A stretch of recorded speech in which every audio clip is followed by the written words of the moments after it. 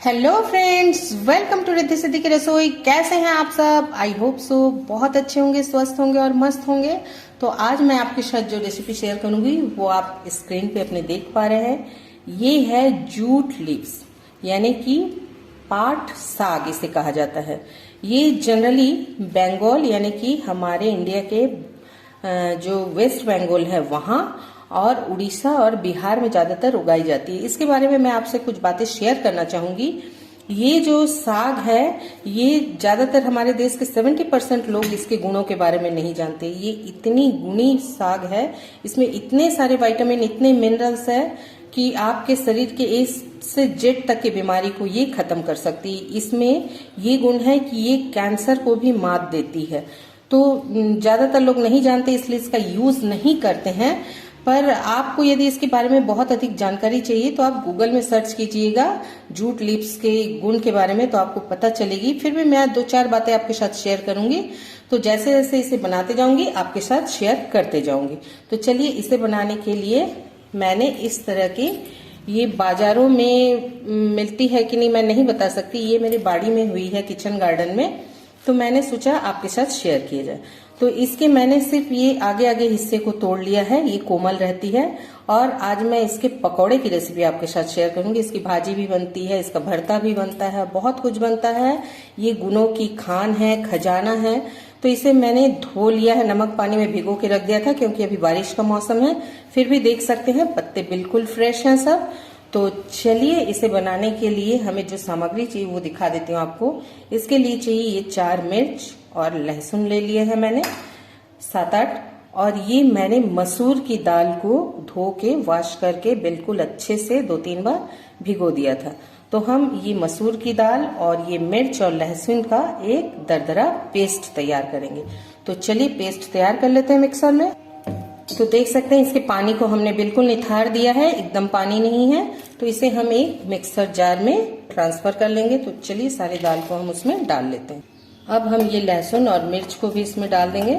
मिर्च को हम थोड़ा तोड़ते हुए डालेंगे। आप अपने तीखेपन के अकॉर्डिंग कम ज्यादा कर सकते हैं। आपको यदि ज्यादा तीखा पसंद है तो आप ज्यादा डालिएगा। तो चलिए सारे मिर्च और ये लहसुन और इसको हम एक दरदरा पेस्ट तैयार कर लेते हैं। तो देख सकते हैं इस तरह हमने इसे पीसा है।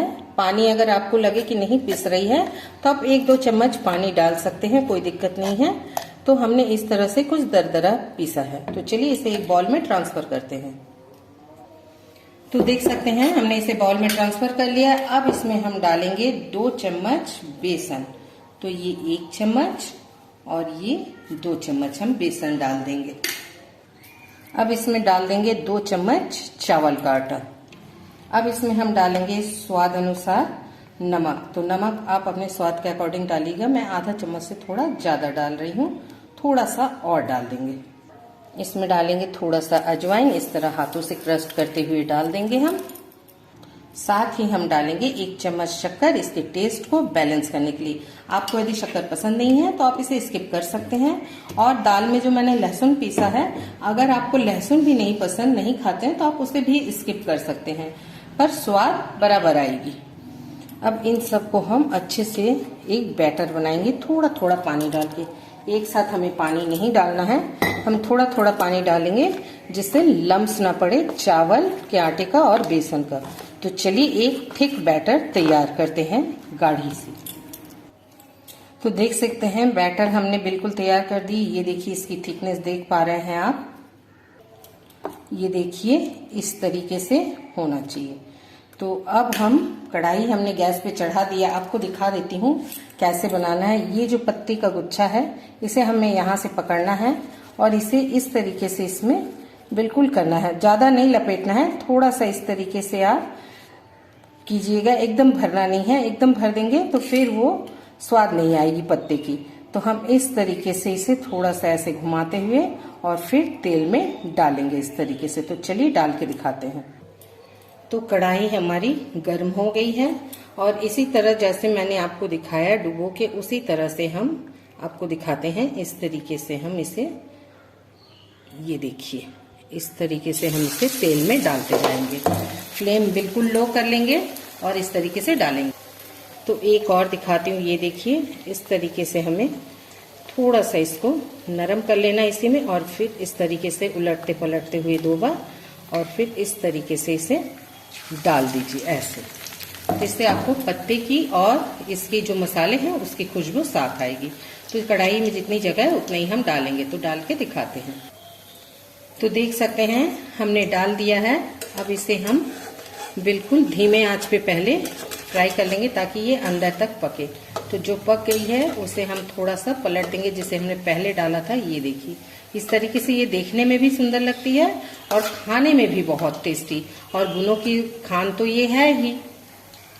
तो ये जूट लीफ जो है ये हमारी किडनी को क्योर करती है, बिल्कुल किडनी को हेल्दी रखती है, लीवर को हेल्दी रखती है, हमारे स्किन के लिए, हमारे बालों के लिए जिनके सफेद वाला समय आते हैं वो ये रोकती है, होने नहीं देती। और फिर बाल यदि आपके 2 मुंहे हो जाते हैं तो वो बालों को भी ये रिपेयर करती है। तो इसे आप अगर आपके पास है तब तो अच्छी है, अगर आपके पास नहीं है तो ऑनलाइन में तो ये नहीं मिलेगी, लेकिन हाँ सीड्स आप सर्च कर सकते हैं, शायद मिल जाए। तो उसे आप लाके इसे लगाने का कोई झंझट नहीं है। गर्मी के समय में ये पेड़ तैयार होते हैं, पौधे जो है छोटे छोटे। तो इसके लिए आप एक गमले वगैरह बाल्टी किसी में मिट्टी डाल के छीट दीजिए, बस पानी डालते रहिए। इसके लिए कोई खाद, कोई यूरिया कुछ नहीं चाहिए। आप ऐसे ही, मेरे बाड़ी में ये अपने से ही होती है। एक बार मैंने दाना डाला था और उसके बाद से मेरे किचन गार्डन में ये अपने आप ही पानी जब पड़ती है तो अपने आप निकल आती है। तो इसी तरह से हम तो इसका बहुत भरपूर यूज करते हैं, और आप अगर इसे रेगुलर यूज करेंगे इस सीजन में तो ये बुखार, सर्दी, जुकाम ये सब से बचे रहेंगे। तो चलिए इसे फ्राई कर लेते हैं। आपने देखा होगा गांव देहात के लोग स्वस्थ रहते हैं। क्यों रहते हैं? क्योंकि ये छोटी छोटी चीजों का सेवन करते हैं। इसे हमारे देश से पूरे विश्व में हमारी इंडिया 70% जो है जूट लीव्स का जो है वो विदेशों को भेजती है। चाइना, यूरोप वगैरह ये सब लेते हैं। ये जो लोग हैं ये इसके गुणों के बारे में जानते हैं, लेकिन हमारे भारत में होने के बाद हम भारतीय ही इसके गुणों से अनजान हैं। तो इसीलिए मैंने सोचा क्यों ना ये छोटी सी चीज आपके साथ शेयर किया जाए। अगर निरोग काया पानी है तो आप इसका इस्तेमाल जरूर कीजिए और अपने घर के आंगन में इसे जरूर लगा के रखिए, और बीच बीच में ही सप्ताह में या 15 दिन में या महीने में 2 से 3 बार जरूर यूज कीजिए। विदेशों में लोग इसकी चाय पीते हैं, इसकी सूप पीते हैं। तो देखिए आपसे बातें करते करते मेरे पकोड़े भी करीब करीब तैयार हो गए। इसे हमें गोल्डन फ्राई बिल्कुल क्रिस्पी तलना है। तो हमने इसे थोड़ा सा टैंगी से चटपटा सा टेस्ट दे दिया है। आप चाहे तो इसकी भरता भी बना सकते हैं, इसकी भाजी भी बना सकते हैं। तो मैं आपके साथ इसकी भाजी की भी रेसिपी आपसे शेयर करूंगी। ये जूट लीफ जो है ये कोलेस्ट्रॉल को भी हमारे कंट्रोल करती है, गुड कोलेस्ट्रॉल को बढ़ाती है और बैड कोलेस्ट्रॉल को खत्म करती है। इसीलिए मैं आपसे रिक्वेस्ट करती हूँ कि आप खुद भी यूज कीजिए और बच्चों को भी इसकी जानकारी दीजिए और बच्चों को भी इसका सेवन जरूर कराएं। तो आप किसी भी रूप में इसे कर सकते हैं, काढ़ा बना के भी पी सकते हैं। ये कड़वा बिल्कुल नहीं लगती है। आप इसे बना के एक बार खा के देखिएगा, आप बार बार इसे बनाना चाहेंगे। तो चलिए हमारे पकोड़े जब है वो तैयार हो गए हैं। चलिए अब इसे निकाल लेते हैं, फिर दूसरी बार फिर इसे। तो इस तरह से हम एक एक पकोड़ों को निकाल लेंगे और फिर डाल के आपको दिखाती हूँ दोबारा। तो फिर से हम उसी तरह डालेंगे, फ्लेम को बिल्कुल लो रखेंगे। और आपके साथ जो मैंने शेयर की है इन बातों को आप गूगल में सर्च करके देख सकते हैं या यूट्यूब में भी जाके देख सकते हैं। मैंने सिर्फ आपसे 30 या 40% ही शेयर की है, क्योंकि अगर मैं ज़्यादा शेयर करने जाऊंगी तो वीडियो बहुत लंबी हो जाएगी।